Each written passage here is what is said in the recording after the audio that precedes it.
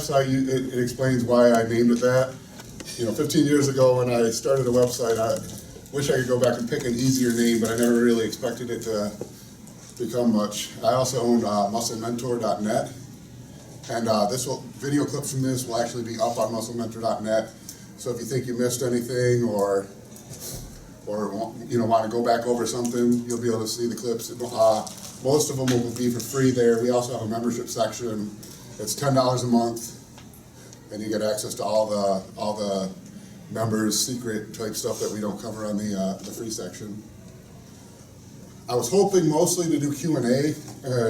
I've given about 10 or 12 of these over the years. In my experience, most people have some specific questions that they want answered, more so than they just want to hear me talk about the things I'm interested in. So I'll probably start out with some basic nutrition stuff and then try to go to Q&A and make sure everyone gets any questions they have answered. And so I guess we'll start with the basic premise of nutrition. And you see this all the time on online where people don't quite get this. They say, I only eat these many calories and I still don't lose weight. The truth is that at the end of the day, thermodynamics rules. And you can disagree with that all you want, but I have a master's degree in physics, and I can tell you that every physicist for the last 120 years has wanted to prove thermodynamics wrong. Because if you can prove it wrong, even in one instance ever, you win the Nobel Prize that day. But so thermodynamics rules. If you burn 2,000 calories in a day and you eat 1,800 calories, you will lose 200 calories from your body. So from stored calories. Now the trick is that the body stores calories in different ways. I weigh 285 pounds. I'm storing those calories differently than my dad, who also weighs 285 pounds. The body stores those calories as protein, it stores them as muscle. Carbohydrates, it stores as liver and muscle glycogen. And then fat, it stores obviously as fat. And so when you're in a calorie deficit or a hypocaloric diet, you will pull those nutrients from your body. Now the trick is, and what happens with poor nutritional approaches is, if you do things wrong, your body will pull those calories from muscle. And what ends up happening is you lose muscle instead of fat. And what's even worse is that of those 3 ways you store calories, only one calorie source that gets stored is an active calorie source, and that's muscle. Every pound of muscle that you hold in your body takes about 50 calories a day just to maintain. So if you had 100 pounds of muscle, that's 500 extra calories a day you can eat than at the same body weight as someone who stores those 500 calories as fat. And so that's really where the difference in metabolism comes in. There really is pretty minimal variance in metabolism. I mean, there's some variation. Everyone knows someone who can eat anything they want and not gain weight, and everyone knows someone who gains weight no matter what they eat. But it's really not as dramatic as people think. Usually what ends up happening is the people who can eat everything they want and not gain weight are people who have small appetites. I have a huge appetite. Even in the off season, and even when I'm eating things like chicken and rice, I still mostly don't eat as much as I want to eat. And that's really what it is. It's more the variation in natural appetite. Okay, now I got a fan on. All right, much better. So, where was I? I was on how you store nutrients, right? And so the trick with dieting is the first place your body is going to burn calories from is stored glycogen, and that's carbohydrates in the muscle. And so anybody, especially the bodybuilders, will know that the first thing that happens when you go on a diet, you cut carbohydrates, you get skinny fat. And what that means is you haven't lost any fat yet, but you've lost 10 pounds, and it's all from fullness and water and glycogen in your muscle. And so you look smaller and you look skinnier, you just look like you lost muscle. And so what I do with my diets is I do a carb cycling approach. And so we'll have a very low carb day where protein's higher and fat's a little higher, but carbohydrates are very low. And that'll be our most hypocaloric day. And so that day, if our basal metabolic rates around here, we'll be way low like this. And so we're burning calories like crazy. Maybe for a male bodybuilder, it might be 1,000 calories below their basal metabolic rate. And so your body's going to be burning glycogen first. And so let's take me for an example and say I can store 1,000 grams of glycogen, about 1 kilogram, 2.5 to a little over 2 pounds of glycogen in my muscles. That's a safe estimate. And so we do a low carb day like that, and then a medium carb day where if our basal metabolic rate's here, we're maybe here, so we're still a little bit lower. We're burning glycogen, we're burning calories.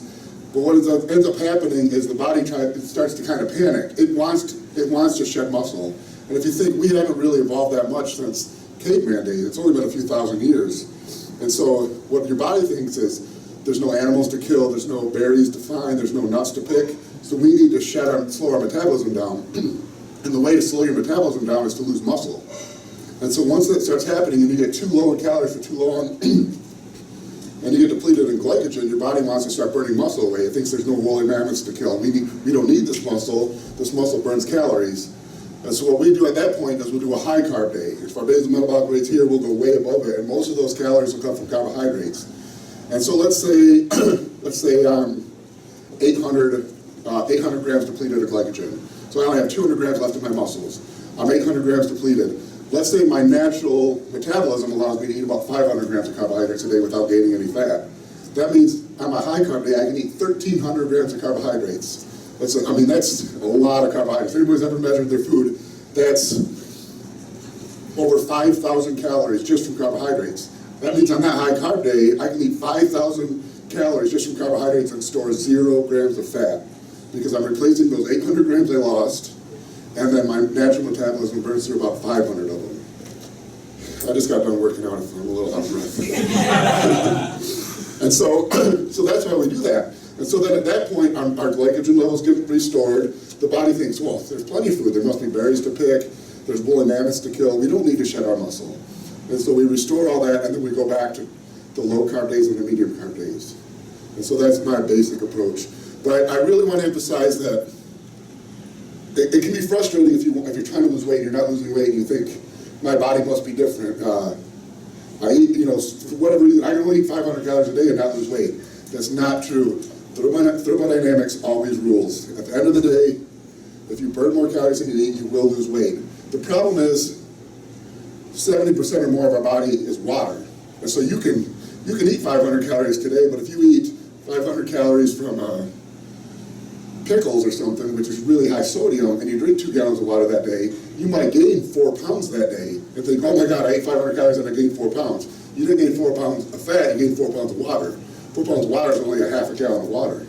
And so that's what fat loss is a long haul process. Your weight fluctuation will go like this, and that's why people panic when they're doing their diets on their own, because and most people actually on my diets, most people actually do gain weight on their low carb day, which freaks people out because they're starving. It's their lowest calorie day. They're eating hardly anything.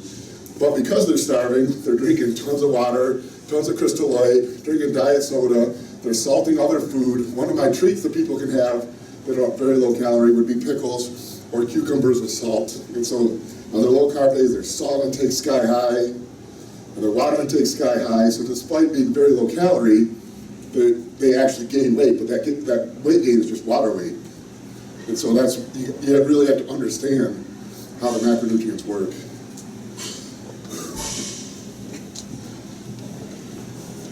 Should not have worked out before this. Okay, so I guess I'll try to go to Q&A if we can. Does anyone have any direct questions? Hopefully. Yeah, I got one for you. Yeah. Say on like your low carb days to medium carb days, what do you recommend for like per day? Do you fluctuate it all the time, or do you have like a set schedule? I typically have a set schedule, and it varies pretty dramatically. What's your body weight right now? Right, 172-ish. Okay, I'll just say a rough example. We might do 6 meals on low carb day, maybe 45 grams of protein per meal, maybe 75 grams of carbs throughout the whole day, maybe 25 grams in the first 3 meals, and the last 3 meals of the day we might have 7 grams of added fat.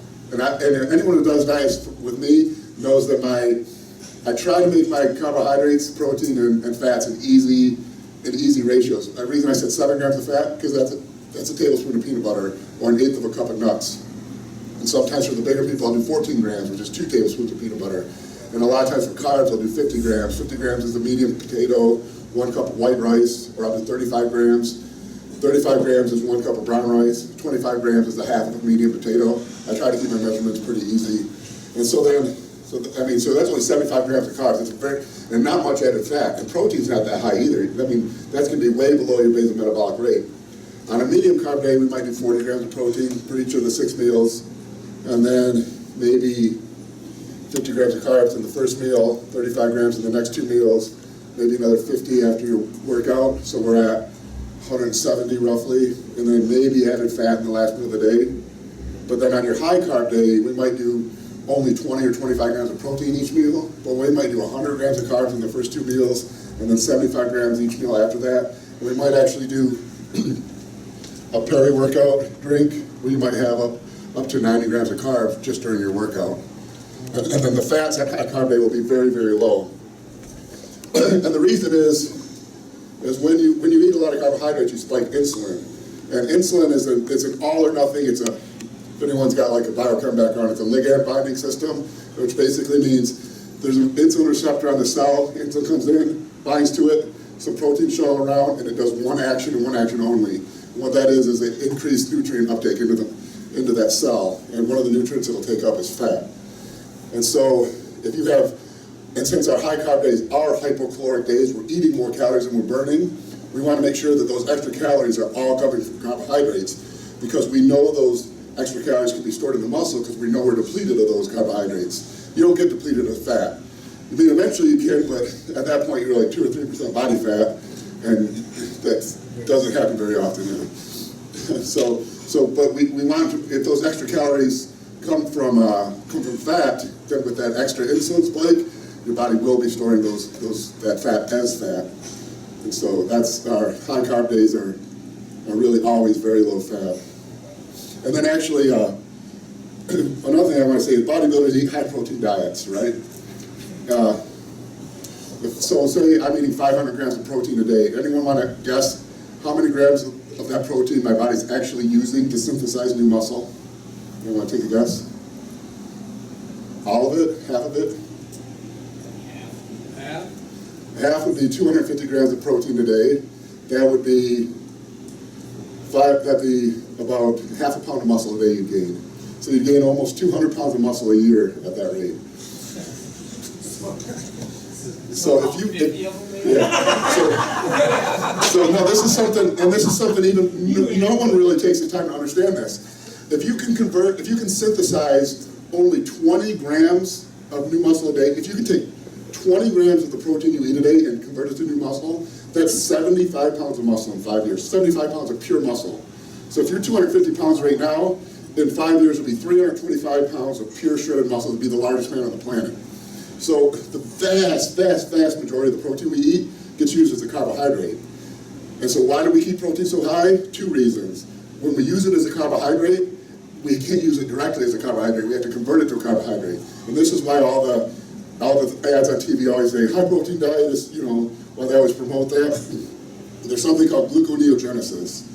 And gluco is glucose, neo is new, and genesis is create. So you're creating new glucose from the protein. You're actually taking this protein and converting it to a carbohydrate, which we can then use as a carbohydrate. Now, why is that beneficial? That's a process that takes energy. Something's got to work and convert it. It takes about 20%, about 20% of the calories you eat from protein actually gets burned just in the conversion of converting it to a carbohydrate. Now, why do we have protein so high then? Why don't we just eat 20 grams a day? Because protein synthesis can only occur when, first there has to be a trigger for protein synthesis. So you work out, let's say I do chest, there's these things that happen, this mTOR and stuff that happens where the muscle says, I've been broken down, I'd like to build back bigger and stronger so I don't break down under the same stress again. And so it sends this trigger for protein synthesis. The next step that has to happen is all 20 amino acids have to be present at that site of protein synthesis.